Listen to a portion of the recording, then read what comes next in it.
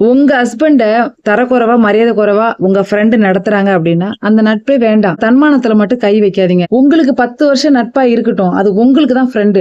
அத தாண்டி உங்க ஹஸ்பண்டுக்குலாம் ஒரு இன்ட்ரோ குடுத்துக்கிறீங்களா? அது அந்த மரியாதை அந்த அண்ணனா அண்ணன் அந்த ரெஸ்பான்ஸோட போயிரணும். இல்ல உங்க ஹஸ்பண்ட் கொஞ்சம் க்ளோஸா பேசுறாங்க அண்ணன்னு கூப்பிடுறதுனால, அத அவங்க ரொம்ப அட்வான்டேஜ் எடுத்துக்கிட்டு பிஹேவ் பண்றாங்க அப்படின்னா, ஓகே. அத விட்டுட்டு உங்க ஃப்ரெண்டோட ஹஸ்பண்ட்லாம் உங்க வீட்டுக்காரர வாடா போடாங்கிறது, மரியாதை இல்லாத பேசுறது, மரியாதை இல்லாத நடத்துறதெல்லாம் என்னைக்குமே அந்த இடத்த மட்டும் குடுத்துறாதீங்க.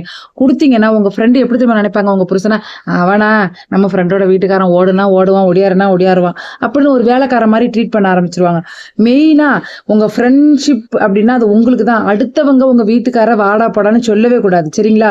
உங்க ஃப்ரெண்டு உங்களுக்கு தான் ஃப்ரெண்டு. சரிங்களா?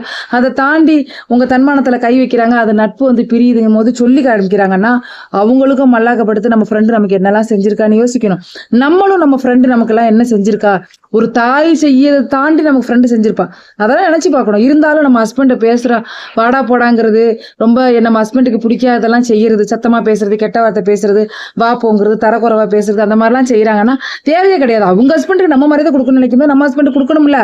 அதனால பிரியிறீங்கன்னா சொல்லி காட்டுறாங்கன்னா அவங்களும் யோசிப்பாங்க ஒரு நேரம் வரும்போது செஞ்சிருப்போம்ல. அது என்னைக்காவது சம்மந்தப்பட்ட மாதிரி அவங்க பார்க்கும்போது அனுபவிக்கும் போது நம்ம நினைப்பு வரும். அதே மாதிரி நம்மளும் அவங்கள நினைச்சு பார்க்கணும்.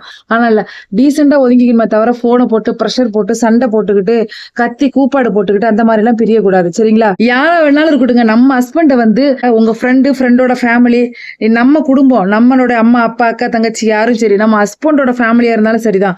நமக்கு முன்னாடி நம்ம ஹஸ்பண்ட ஓவர் அட்வான்டேஜ் எடுத்துக்கிட்டு தரக்குறைவா பேசுறது, கேவலமா பேசுறது, வாடா போடான்னு சொல்றது, இந்த மாதிரி உறவு நீங்க நீடிச்சீங்கன்னு வச்சுக்கோங்களேன், உங்க ஹஸ்பண்டுக்கு என்னைக்கும் மரியாதை கொடுக்க மாட்டேன். ஏன்னா நம்ம ஹஸ்பண்ட் நம்ம வாழ்க்கையில கடைசி வரைக்கும் வர உறவு. அவங்களுக்கு நம்ம கடைசி வரைக்கும் வருவோம். பெத்த பிள்ளை கூட வராது. அப்படியாப்பட்ட உறவுக்கு நம்ம முழு பங்களிப்பு கொடுக்கணும். நீங்க எப்படாப்பட்ட ஃப்ரெண்டு கிட்ட வேணாலும் பழகுங்க. ஆனா உங்க ஹஸ்பண்டுக்கு ரெஸ்பான்ஸ் மரியாதை கொடுக்காத ஒரு ஃப்ரெண்ட்ஷிப்பை வச்சுக்காதீங்க. அப்படி வச்சுக்கிட்டீங்கன்னா நீங்க ஏதோ தேவைக்காக அந்த நட்பு கிட்ட பழகுறீங்கன்னு அர்த்தம். உண்மையிலே ஒரு சுய ஒழுக்கம், சூடு சொரணம், மான வெக்கம்லாம் இருந்துச்சுன்னா, ஒரு தமிழச்சியா இருந்தீங்கன்னு வச்சுக்கோங்களேன், கட்டின கணவனை அடுத்தவங்க வாடா போடாங்கிறதோ, மரியாதை குறைவா பேசுறதோ, ரொம்ப அட்வான்டேஜ் எடுத்துட்டு கேவலமா பேசுறதோ விடவே மாட்டீங்க.